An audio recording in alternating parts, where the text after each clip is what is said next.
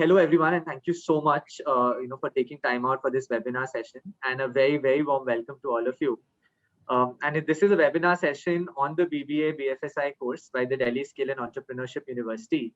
And to all the students out there, today we are joined by a very esteemed panel of experts, and these are experts from the field of banking, insurance, and securities markets. And they are here to give us a peek into the BFSI sector and help us understand what are the different opportunities available in this space.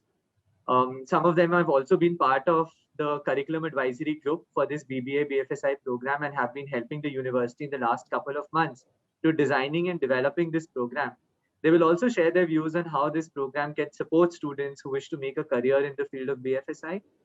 So let me just take the opportunity to quickly introduce some of them. And maybe I think Dr. Muralidharan, I would first request if you can introduce your team. I see the CEO from IIBF is also here. So let me introduce Dr. Muralidharan, and Dr. Muralidharan, if you can then introduce your team. So Dr. Muralidharan is the Director Academics from the Indian Institute of Banking and Finance. He's also one of the leading hands behind IIBF flagship programs such as JAIIB and CAIIB.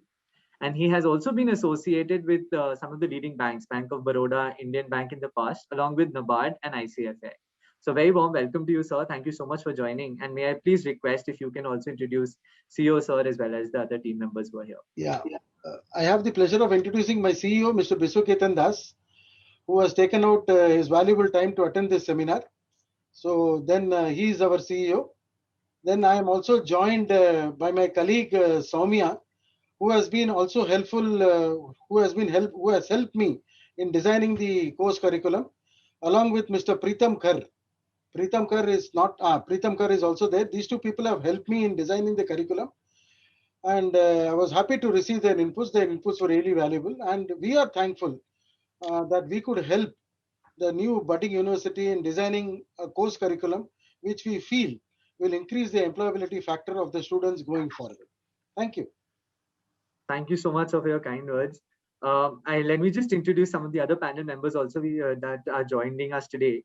We have with us Mr. Deepak Godbole. He spent now close to 3 decades, I think, in the field of insurance. He's been working with the General Insurance Corporation of India and is also currently the Secretary General at the Insurance Institute of India. And Insurance Institute, as you know, is one of the pioneers in the education and training space for the field of insurance.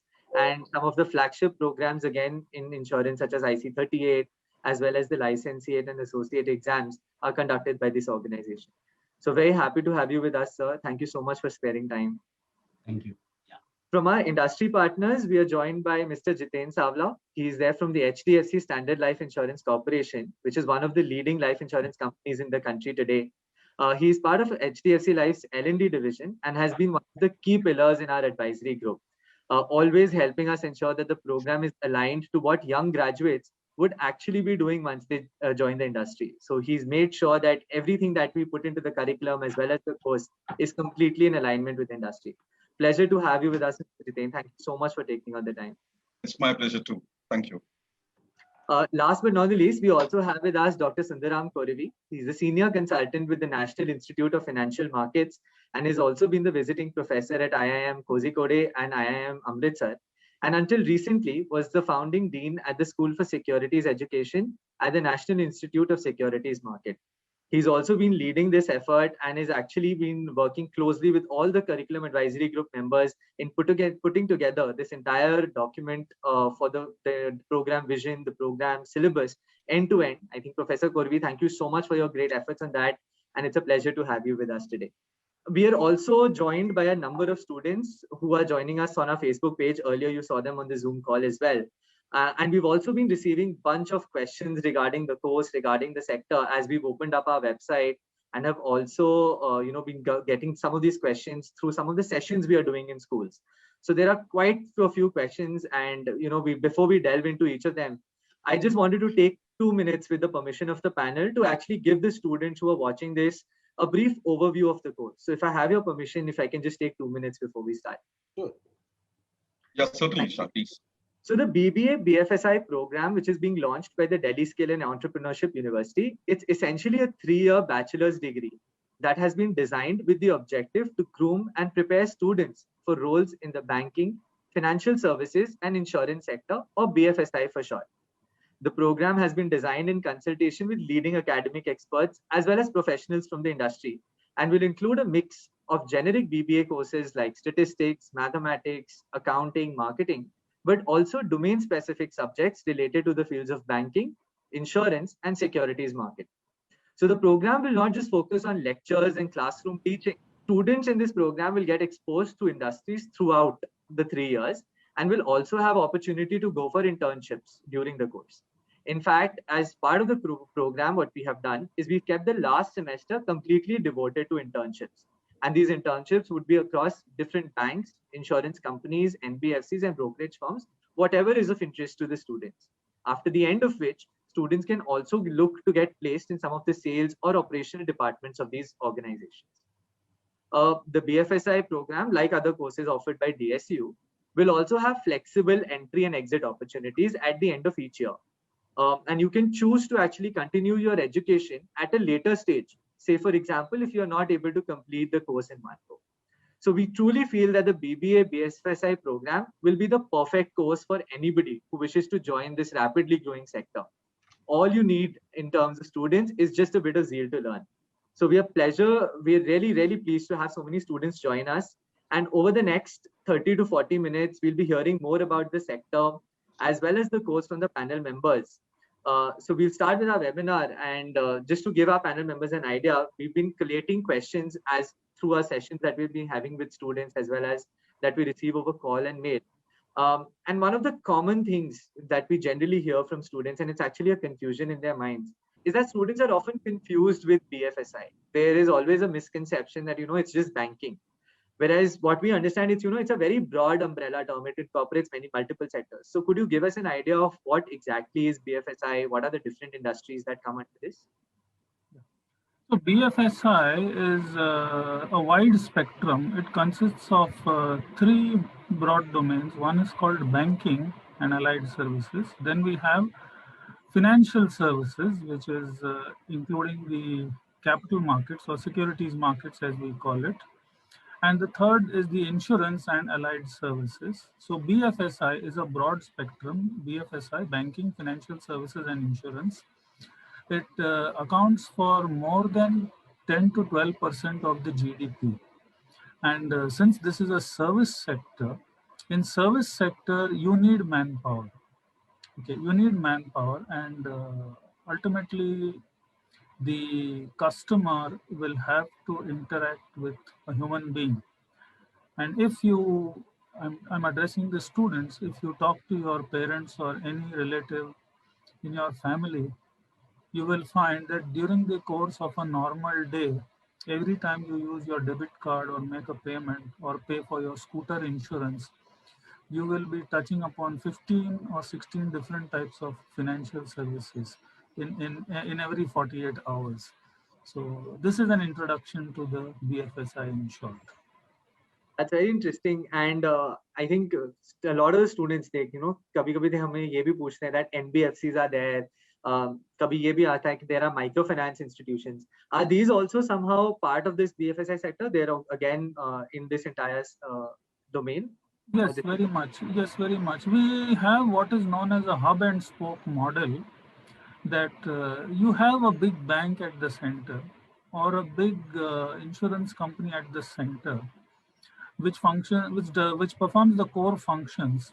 Now, when they have to reach the customer, last mile connectivity, let's say in tier 2 towns, tier 3 towns, at the village level, or the customer at home, they make use of these other units like NBFCs or microfinance institutions, which have tremendous amount of mobility, and they offer services to the customer. They are the point of service contact. So there is a hub and spoke model. So sometimes when you take a loan from a gold loan company or a two-wheeler finance company, that company actually gets refinanced from a bank. So the entire platform is working together, just like a computer, which is many parts working together. The BFSI is many parts working together seamlessly. Thank you so much, Vastuvari. That was very helpful. And maybe I think we have representatives from IIBF. So I would maybe go to you next in terms of banking, right? It is one of the key pillars in the economy, and of course, one of the key components of the BFSI sector. So just wanted to get a sense from you, what are the different roles or different jobs, opportunities that young graduates who are wishing to join the banking sector can they look forward to? So are these going to be in sales, different departments? Could you shed some light on that? What would be the opportunities like? Yeah, sure, Mr. Shan. See, there are multiple opportunities available across banks, insurance companies, security, brokerage firms, etc. Insofar as banks are concerned, openings exist across different verticals. Now, for example, there could be opportunities, banks hire personnel in the sales and operation department, in their sales and operations department. Some examples of such job roles could be the sales executives covering the retail assets and retail liability portion of the banks, which is a large portfolio which the banks are handling. Then it could be virtual relationship manager. Insofar as insurances company, the job opportunities could be by way of loss assessors, claims executives, and insofar as mutual funds, the industry is concerned, it could be mutual fund advisors. Now, these personnel, when they get recruited, they are basically front-end personnel. That means they will be interacting with the customers and potential customers. Therefore, it is important that the persons who pass out of this unique course, let me call it unique course, should have a good knowledge of the products and services being offered by the agencies whom they represent, be it a bank, be it an insurance firm, be it a brokerage firm, whatever the case may be. Plus, they should have a good communication skill because, as I told earlier, they'll be dealing with customers, potential customers, and knowledge of technological operations will definitely be helpful in the long run. So this course takes into consideration these aspects. So I feel we'll be doing a good justice to the course in its entirety, and there are good opportunities available. Got it. Got it. So I'm glad you mentioned there's so many opportunities across not just banks. You've also incorporated brokerage firms, mutual fund houses. But I think insurance is another big sector, right? So I think that is another key player in the economy. And there are so many companies out there. So Mr. Godbole, if I can turn to you next, can you give us a sense of, the different types of insurance companies out there and the kind of roles that students could maybe work in? Yeah, I can pick it up from what all we have discussed till now, and I think that it will be better if I give the students a kind of perspective about the insurance sector itself. Basically, it is being said that 40% of the top 100 fund managers of the world are insurance companies. Now, I again slowly speak out the same statement. 40% of the top 100 fund managers of the world are insurance companies. It becomes very difficult for us to swallow this in this country because we have still not seen that kind of a growth in insurance. But at the same time, you have to look at this situation that means the glass is still half filled or half empty the way you look at it. I made this statement first because we started by saying that the BFSI is a combination of various services wherein banking becomes something that everybody comes to know in early stage of his life itself. However, when it comes to insurance, there are many reasons why XYZ doesn't touch the insurance so fast as someone touches the other financial services. There may be many reasons, first is roti, kapda, makan, then some other kind of expenses to be done. Insurance comes a little later, whereas banking and comes very fast. Capital markets also out of interest, at least someone takes a dip into it and then starts taking more interest into it. So point number one, what I've said is that insurance is still not picked up in this country, but that means there is a huge amount of scope for insurance in future. And that is why I would welcome the youth to come into learning of BFSI, in which insurance learning will also be done properly. The second thing I would also like to say is that insurance is a little bit different financial service compared to the other financial services. I'm not saying that it is rocket science, but at the same time, it is not a very smooth kind of a travel when you talk about insurance, because you have life insurance having different kind of traits and different kind of requirements into that, and the non-life sector has a different set of things to learn. So that is another very challenging thing if someone is learning insurance into the BFSI. And the third, I would say that let us also look at India, though I have said that insurance has not picked up yet. I am saying that the kind of growth has started. So it is a sunrise industry today in India. And after the opening up of the sector for private and foreign partnership, we have today 24 life insurance companies, 34 non-life insurance companies, one reinsurance company, and 10 branches of foreign reinsurers in the country. I thought that this will be good for me to give this kind of a spectrum overview for all who have joined us today, so that they should not feel that I do not know much about insurance and is there anything challenging and anything interesting in insurance. I'm giving them that level of comfort in the beginning itself, that it is a wonderful field to be in. Why I'm not moving ahead to say about all those opportunities and everything around us, we have another expert with us. I think I leave it to him. Absolutely. And I think well pointed out. So Jitin, maybe we'll turn to you next for some guidance. I think two questions from what Mr. Deepak Godbole was also mentioning. Insurance is so vast, right? And then life insurance, again, one of, I think will probably be one of the largest sectors within the insurance space in India also. So number one, is that true? And of course, if you can shed some light, since you're from HDFC Life, what are the day-to-day jobs that these graduates are doing? And what's the scope life, particularly in life insurance? How can students look to grow in this field, and if there is actually jobs being added into the near future? So Ishan, I understand your question as multiple sub-questions seeking for a lot of information. Right. So one thing I believe it would be you would be wanting to know, in a way, the insurance sector, how does it grow? I mean, it will grow rapidly. Right. And the graduates, the jobs, and the future. So let me, okay, I'll respond to this question in two different parts, and let me take you all to a near past just to set some perspective so that the future trend gets clear to us. So like Mr. Godbole also mentioned, about more than 175 insurance players were present in Indian insurance market before 1956. And this I'm speaking just to make our students comfortable with the information of insurance industry. Our government decided to nationalize the insurance industry, and all life insurance companies existing then were merged to one to form LIC, Life Insurance Company. The government decided to open the sector for private players in the year 2000, so as to increase the penetration in Indian insurance market. Mr. Godbole also mentioned the penetration or the coverage was too less in those days.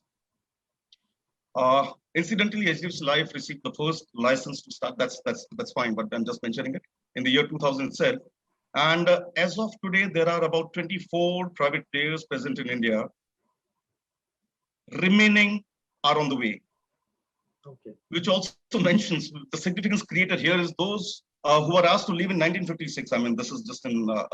So those who were asked to leave in 1956 still want to come back in India.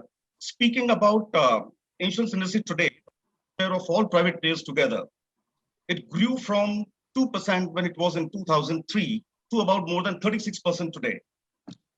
Also, insurance industry as on today is highly under-penetrated or highly under-insured as compared to other countries, where only 2.7% constitute to the insured population. So with the growing population and increase in life expectancy, the scope is very, very high to grow even in future, looking at these numbers as on today. And government is also taking measures to grow the industry and is ensuring the adequately coverage with the individuals. So in short, in a nutshell, what I meant to say is, there are and there will be many fishes in the ocean for all players to eat without cutting each other's throat. Right. Today, India is the 6th largest economy in the world in terms of GDP, and by 2030, just up today, it will be the 3rd largest economy. It will be amongst 10 largest insurance market of the world by 2030. So all these statistics is just to make students feel comfortable. Yes, there are a lot of avenues, a lot of jobs prospect in insurance industry. Private players are just in their teens today, and they are headed to grow. If industry grows, more jobs come up. Company will need more talents. If students, you are skilled, your chance of growth is higher. Company grows and then you grow. So in a nutshell, to answer your first part of the question, Ishan, insurance is still a sunrise industry, rightly mentioned by Mr. Godbole, and this is the right time to enter. And my advice would be to ride the wave at the right time. This is good for long term. Your next question about the jobs and how many, probably I'll also share with you how many do we onboard every year. We onboard about 1,000 graduates in a year in sales and ops function at HDFC Life. There are broad areas in which companies recruit. I'll speak of the areas. One is sales and distribution, which is most popular. So the new recruits would start their career as individual contributor. They rise themselves to the level of managers of manager, and then they move ahead. The other area is investments, which is a very specialized function. As also Mr. Godbole said, there are some 40% of the top 100 fund managers across. The third area is operations, again popular, which inculcates claims and underwriting. The other area is actuary, which is again a very specialized department. And the last one I could say is information technology. Now, the technology can give you an edge over others. Tech and digital space offers a better reach with the customers at low cost. It eases your process and provides efficiency at very low cost.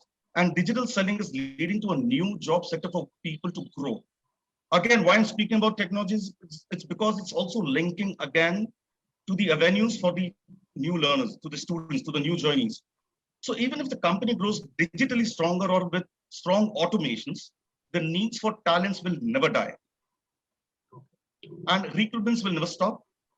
The position will only grow.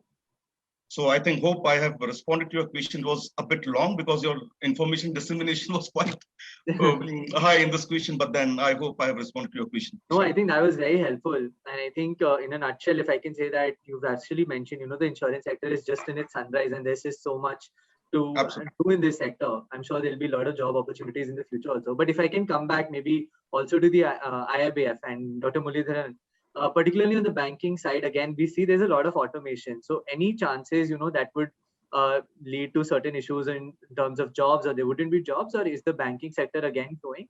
And also maybe if I could request, are there entrepreneurial, opportunities that students could probably explore in this sector? Yeah. See, banking, I will not say banking is a sunrise sector, unlike the insurance. Banking has really developed, but it's on the cusp of another wave of development, which is largely driven by technology. Now, gone are the days when people used to bank with a branch. Now people bank with a bank. It's no longer a branch, it's a bank. No longer do I have to go to a branch for withdrawing money. ATMs are there. There's no need for transfer of funds. I can do through sitting at home, through internet, through NEFT, RTGS or IMPS or whatever it is. The way forward for the bank is going more and more in the digital way. If that is the case, automation will lead to a further increase of jobs in this sector, in the information technology sector, wherein knowledge about certain emerging technologies like blockchain, artificial intelligence, your big data analytics will play a role. And I'm happy to say that when we designed the syllabus for this course, we have considered this aspect so that you have a fair idea of the intricacies involved or the nuances involved in these areas. So going forward, automation is the way forward for bank, not only for insurance, but all for bank. Why for banking and insurance, for any industry going forward, it will become more and more digitized. More and more consumer preferences will change. More and more investor preference will change. So not only banks, but insurance, brokerage firms, etc., always have to remain ahead of the learning curve. That is very important going forward. So for that, the students also need to, the students or the bankers or the insurance agents also need to be skilled, make themselves skilled, upskill their requirements so that they can be more effective on ground. Referring to the second question, are they entrepreneurial this thing? See, this course is unique in the sense that you have an exit option and an entry option at the end of year 1, year 2, year 3. Probably very few degree courses given by other universities offer this flexibility. This flexibility has been inbuilt for a certain reason. There could be candidates where, for whatever reasons, for reasons beyond their control, they may not be able to continue after the first year, but would like to definitely join the course and the future. So they may leave today, after a couple of years, they may try to join again. So the course has been given that flexibility. Now at the end of year one, suppose a person wants to exit the course for whatever reason, the syllabus has been so inbuilt so that he or she can get a role of that of a business correspondent or a business facilitator or a debt recovery agent insofar as the banking is concerned, insofar as the insurance, the IC38 to some extent, Mr. Jiten and Mr. Goodbull will correct me because their knowledge is far more greater in this regard. This has also been inbuilt into the foundation level itself. So yes, there are opportunities going forward. Digitalization is the way forward, and there are entrepreneurial opportunities at the level of year one, year two, and year three. That's why we said the course is quite unique in its content. I hope I answered the question reasonably, covering all the points. Absolutely, Dr. Muralidharan, and thank you so much. I think you were mentioning about the course as well, and how as a part of the design process, we've tried to inbuild certain unique features in it. And you mentioned about the entry and exit features and how students can get opportunities even in entrepreneurial ventures like debt recovery agents or as business correspondents. Professor Kurivi, if I can maybe come to you next. Dr. Muralidharan highlighted some features around the course. Would we love to hear, as part of this course, how has the design principle worked? How has the approach worked? So he's mentioned one way in which the course is unique. What else has gone behind the course design to actually prepare students for the sector, the BFSI sector? It is very important for the young students to know about how this course, this program has been designed. First of all, it is not an off-the-shelf program that we take an existing BBA structure and implant it into the university. But we followed a reverse engineering. We went first to industry. Our first step was to industry. Mr. Jiten Savla is here. So like that, we went to several people in the banking sector. We went to several people in the insurance sector and in the mutual funds and the brokerage firms in the security markets. And we asked them, where are the large recruitments taking place? And based on that, we followed a 3-step process. The first step was, what are the job roles available to young graduates who are in the 19 to 21 age group? And they gave us a long list of job roles which are for the students of the 18 to 21 age group. Then we listed out the jobs available for this age group, and then we asked them, what are the skill sets required by the candidate when you recruit them? What do you expect them to know? And we derived from that dialogue a long set of skill sets. Then what we did was we took the similar skill sets and we grouped them together, and we said probably these are the building blocks, these are the subjects. And then we got a menu card of subjects which go into the program. Then after that, as a group, we have representatives of banking, which is IIBF. We have representatives of insurance, which is Insurance Institute of India. We have a dialogue with National Institute of Securities Markets. And all three put together, we gave it academic shape, essentially from the elements which we obtained from industry. And then we did a sequencing, and then we looked at the correct amount of depth which is required. So rigor is balanced with relevance, which is very rare. Either you have lopsided in relevance or in rigor. So we have balanced this. And that is how we came up with the 3-year program divided across 6 semesters. And last but not the least, I would like to say that in respect of all the subjects, the handling of the courses by the faculty is also going to be multifaceted, in the sense there will be concept sessions, there will be exercises where you will have to calculate, you will have to perform those calculations on an Excel spreadsheet. You will have to demonstrate your knowledge to the faculty and to the students. Do group work, convince your group, as close to as possible a real life situation. A number of activities will take place. And this is not a program where tremendous reward is going to be given to rote learning. Yes, there is an end of the term exam, but that is to recap on the concept. So it is a 360-degree learning. The sum and substance of it is that you will be industry ready from day one. This is how the program is. And let me say to all the students here that the BBA degree is going to be earned by you, not by the end semester exam, but on a daily basis you will be assessed. So as the saying goes in military, you know, practice makes perfect. Okay.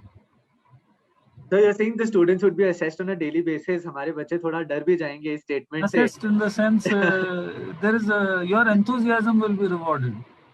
But sir, if we have to dwell on this, and maybe I come to this, when you're saying they will be assessed on a daily basis, how are we looking? And I'm not focusing on the assessment part, but mostly on क्या हम उन्हें पढ़ा रहे हैं, how are we planning to teach them, and how will this course essentially be delivered? And actually, I got one question. Our team sent it to us on chats that DSU is a skilling university, and somebody actually went through our website and they see the course. They said internships. Where are you planning to do internships? How will the internships look like? So if you can give us some idea about that as well, how we are looking as part of the course to inbuild this component, it will be very helpful. See, the meaning of a skills university is that unlike other degrees, there is no one big campus placement mela at the end of the semester, but it is an ongoing process. That means the university enters into a partnership with several organizations, which are called the partner organizations. And very early on, you are hooked to the companies. And therefore, what happens is you are having a in and out process where there will be concept sessions in the classroom. You will be doing your internship with the company, coming back and forth. You will be learning from each other. You will also be sharing the internship experiences with each other. Now we have internship, which is voluntary at the end of year 1. Internship is compulsory at the end of year 2.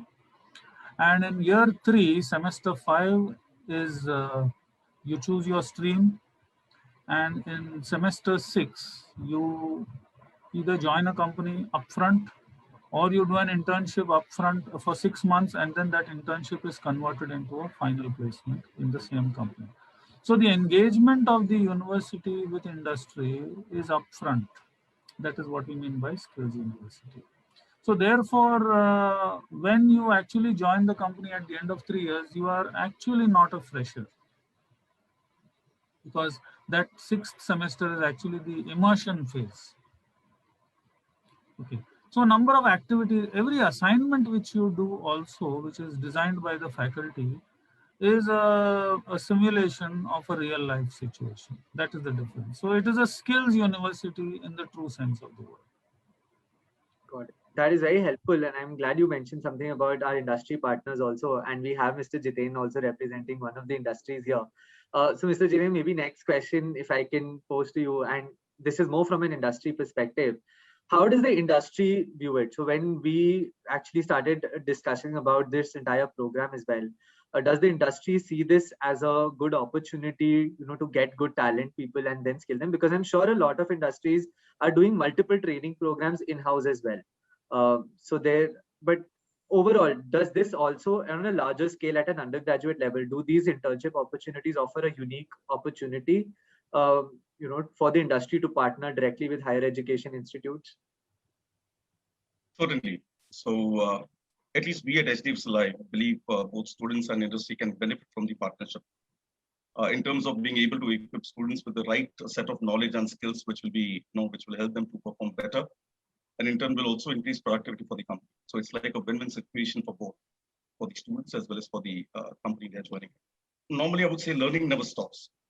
So, and at least we at HDFC Life, we have in fact created such an ecosystem for learning, where we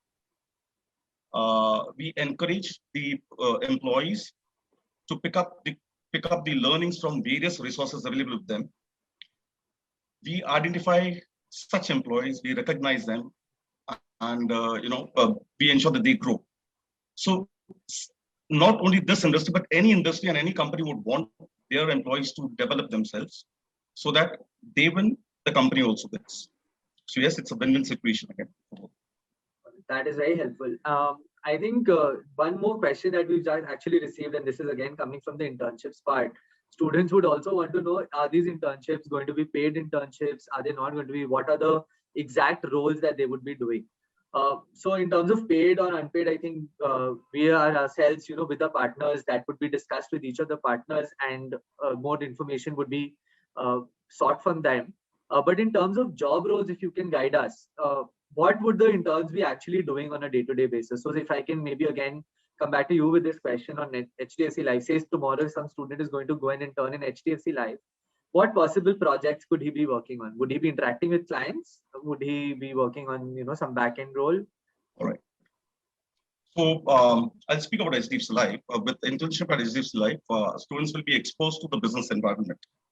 They'll be engaged in different roles. Like if you speak about sales, they'll be working in distribution channels, new customers every day, and thereby they will be getting the exposure from the market environment. Talking about the operations, they will be getting to witness the internal workings of the organization in branches, front office, etc. So through this, they will be able to actively apply what they have learned during the course and will be able to pick up the necessary skills required to excel in their chosen career. So the students during the internship will interact with the training team, our training team, internal training team. So some of the trainers would map to them till they achieve some level. They are line managers as well, so they will be interacting with the line managers in continuous basis and the HODs. Their interaction at times will also be with the right up to the top with EC members as well. So, and also as mentioned earlier, we at HDFC Life, as we said, I've mentioned, a system where multiple sources are there for the employees to pick up learning, develop themselves, and move ahead in life. So yes, this is what they are going to see their life as interns. That is very helpful. And maybe I could just pose another question. This is again very interesting. And Mr. Godbole, if I can come to you on this. So one student wanted to understand, like for joining or doing well in this career, I think we touched upon this in the starting also, but what skills are companies actually looking for? So they will join this course, they will learn a lot about banking, but I think the question here is, apart from this also, what should a student know, or what should a student kind of skills they should have to actually do well in this career? Great. I think already we have heard from an insurance company as to what would be the roles that will be available directly into the insurance company. I would like to add to that and say that today the world is changing, in which there are two types of players in the banks, in the insurance industry, and in many other industries. One is a traditional model where a company does everything. So there will be around 20 roles in that organization itself. Whereas another model is the new model where the insurance company will do only 3 or 4 core jobs, and the other jobs will be outsourced. So I just want to tell the students that when we are looking at employment opportunities, and I'll also come to the entrepreneurship part of it, one need not look at only a bank who requires or who employs someone who knows about banking, or insurance company only as someone who employs the people with insurance knowledge. To give you an example, there would be a lot of back office services which will be hired by insurance companies, and where there will be huge opportunities for the people who have domain knowledge. I could give you a simple example is that there will be many IT processes that will be done somewhere else. The title of the organization will not be insurance company, but they will require people who are having the knowledge of insurance to work with them. There will be modeling companies who will take a lot of data. They will churn that data, they will do data analytics and give it back to the insurance company. So these will be some jobs which we have not seen in the past, but which will also come in future. Added to that, I am coming to entrepreneurship now, and I would like to say that within the insurance industry itself, one can take a career as an agent. There have been people who have really enjoyed, at the same time earned money in doing this career, and learning here would help them to go into that. There will be many other areas. Again, I am harping on the kind of opportunities related to insurance, but not within the insurance company. For health insurance companies, there are third-party administrators. So there will be people required to work in the TPA offices.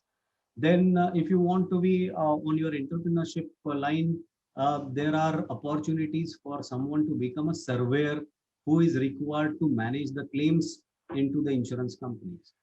Tomorrow's world will be again technology driven, so there will be huge opportunities in insurtech or even the managing of claims or then fraud management in the claims, and the world is really going to be big in future. So what message I want to give is the opportunities as we see in insurance today. When we are talking in this webinar, it is still being seen, the world is being still as three different boxes as insurance, banking, and other financial services. The time is going to come when the things are going to start merging with each other, and there this knowledge will also be of a lot of help. I think I've tried to address what was the question. Absolutely, Guru. That was very helpful. I think we have 2-3 other questions, but before I come to that, Dr. Muralidharan and I wanted to also maybe touch upon one important aspect. We've been discussing this multiple times during our curriculum group meetings also. But IIBF offers multiple certifications, and some of them are very, very well known. They're very reputed in the industry. So just wanted to understand, as part of the course, what design thought has been gone to ensure that students can also be prepared for these certifications, if at all. Will students be able to sit for these certifications, get these easily? Will they have to study a lot more for it? What's been the thinking behind that? And what are the certifications that they can actually target? Okay, good question. Let me put things in a proper perspective, more clearer. See, the syllabi for the degree course, the 3-year degree BBA BFSI course, has been drawn up by all of us after careful consideration of the skills which are required for increasing the employability factor of the students. That's point number one. That was the central focus of our designing the entire curriculum for this program. Secondly, when drawing up the syllabus, we benchmarked the syllabus against certain important certifications given by all the three institutions, namely IABF, AAA, Insurance Institute of India, and the National Institute of Securities Management, NISM. Now, some of these certifications, to answer your question, Mr. Ishan, some of the certifications which have been benchmarked to the curriculum are, insofar as IABF is concerned, we have certificate courses covering MSME. There is going to be a separate subject on MSME in the third year of specialization. We have a certificate course in NBFCs, that is the non-banking financial companies, which offers a huge employment potential across the country. Then we have a course on banking and finance. So, insofar as IABF is concerned, insofar as AAA is concerned, we have the IC38 licentiate examinations. And insofar as the securities markets are concerned, we have the foundation course for covering the mutual fund and the securities market. Now, as the syllabi for the BBA BFI course has been benchmarked against the certifications, the coverage of these subjects in the degree program covers a major portion of the certification given by each of these institutions. So to answer your question, Mr. Ishan, candidates with a little bit of self-study can acquire additional qualifications, additional certifications from any of these or all of these institutions, which will help them to improve their knowledge base further and become more gainfully employed in the sector going forward. So that has been the approach of this committee while designing the course curriculum. Thank you so much, Dr. Muralidharan. I think that will also be very encouraging for students, that it's not just the degree, but they can also target multiple certifications via the program. I think we have 2 questions from Facebook, and Dr. Sundaram Kurivi, maybe if you can help answer these. There are 2 questions. One is, number one, if a student is pursuing diploma, is it possible for him to join this course, him or her, and which year would they be joining this course? Second is also, if you can shed some light, what is the criteria that we are setting for admissions? So is it 10th, 12th, any particular subjects which are required? Yeah, the simple answer is a 12th pass in any stream. A 12th pass in any stream. Okay. And for diploma students, can they also join this course in the middle, like say during since we have flexible and entry and exits, would diploma students also be able to join the course, and which year would they be joining? Yeah, that I think the university will have to set up an equivalence committee and look at that. I think next year onwards, once I think we are having the first batch this year. So probably from next year onwards, the equivalence committee would take a call on which entry point with the diploma student. I think very grateful, and I think we are getting some questions from others also. But just in the interest of time, and we had set this up initially for 4:30, and from the panel, I would like just do one round, and maybe I can start with Dr. Muralidharan, if I can ask you as part of it. If you were a faculty on this particular course, essentially, right? What would be that one particular course or subject that you would really look forward to either teaching and you would really enjoy it? So if you can shed some light on that. Yeah, there are good question. Any course related to banking and finance, be in the area of your introduction to banking, your introduction to this credit functions, MSME, or even as a matter of fact, to some extent, the rudimentary elements of technology, I will be definitely be happy to take. Similarly, since I'm basically management graduate myself, courses connected with financial management, which is my core area of specialization, which will include accounting and finance, will be some of the areas where I would love to teach the youngsters, because I'll be a part of their career building, and I'll be proud to be a part of that. So that's my areas. That's very interesting, and thank you. And maybe Jiten, if I can pose that same question, but with a twist. If you were a student, then which course would you really look forward to? You are asking me? I would like to be student of Mr. Yeah. I would like to be student of Mr. Muralidharan and learn finance from him. Wonderful. I think that's a brilliant answer. Very, very well thought. But I think open to the panel, just wanted to check any last advice for our students. It could be sector specific, it could be, particularly for this course also.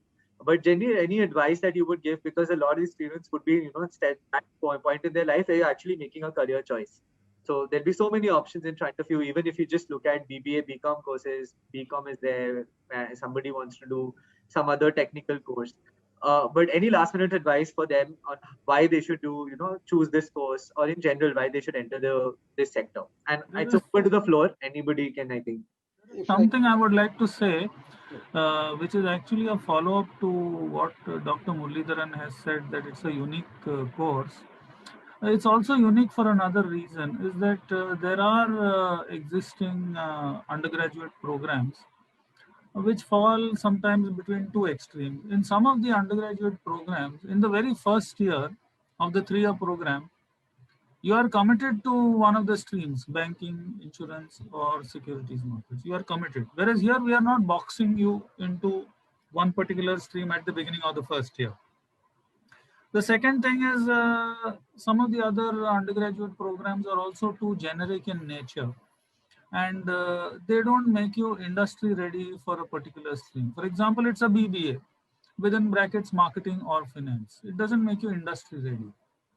Now, the finance there is to enable you to work in the finance department of a company, not the BFSI sector. Whereas here, we are scoping you into the BFSI sector, but the beauty is within the BFSI sector, we are not putting you in a corner and saying, no, in the next 2-3 years, you have to be here itself. Okay. Then by the end of the 3rd year, when you have done an internship, when you have worked with companies, when you have seen industry, you've done some field visits, etc., you are in a more mature state of mind to choose your stream. And at the end of it, suppose you specialize in insurance, you may end up working in a bank and you're cross-selling insurance and mutual funds. Or if you specialize in securities markets, you may end up in a bank. So like that, we give you a scope into industry. We are scoping you into industry. And then 3 years later, you are still flexible enough to go in either direction in the BFSI sector. That is the beauty of the program. So the program has a much longer shelf life. Yes. Absolutely correct. What Mr. Crovey is saying. Just to take it forward, see here we have specialization at the beginning of the third year, but in the first and second year, a candidate is walked through not only banking but also insurance and also securities market. So what happens at the end of the fourth semester? He has a fair amount of knowledge covering the entire BFSI sector. That's point number one. Point number two, as rightly said by Crovey, there is at the end of the third year, there's a specialization. A student can choose the banking specialization, wherein he or she will be concentrated on the banking subjects or the insurance or the securities market. Now, as everyone in the panel has said, employment opportunities are very good. They are galore, I can say. And they offer good opportunity. They offer good growth opportunities for the career, for the students in terms of their career. And honestly speaking, if a student does well in his or her studies and does well, continues to do well in his in wherever he or she gets employment, honestly I feel the sky is the limit for him or her. I think it's depends on the potential, and potential is there. Employment opportunities are there. It's for the students and the candidates to grab these opportunities and make them into very viable alternatives, viable career for a long term, from a long term sustainable perspective. And then, more importantly, we have practical elements built into it at the end of every semester. And we have a separate this thing called campus to corporate, where the only focus will be on the development of skills, application of the knowledge which he or she has gained over the semesters. And the end of the fifth semester, the applications, the knowledge gained, theoretical aspects gained, will be put to more practical use by way of actual simulations, case studies, examples, internships, so that, as somebody has rightly said, he or she will become very valuably employable from day one of his or her joining any sector, whether be it banking or insurance or securities market. So I wish all the best to all the candidates. Make use of the opportunities and go ahead. Thank you so much. I think that was really very helpful. And I'm sure after this, a lot of the students would be encouraged to join not just this course, but in general, they get to know a lot more about the BFSI sector. I think thank you so much, everyone, for taking our time today. We came to know lots more, not just about the sector, but about the course also. And I'm sure that will be very, very helpful to the students. Really appreciate it. And once again, a big thank you for taking out the time. Welcome. It was a pleasure. Thank you. All the best, students.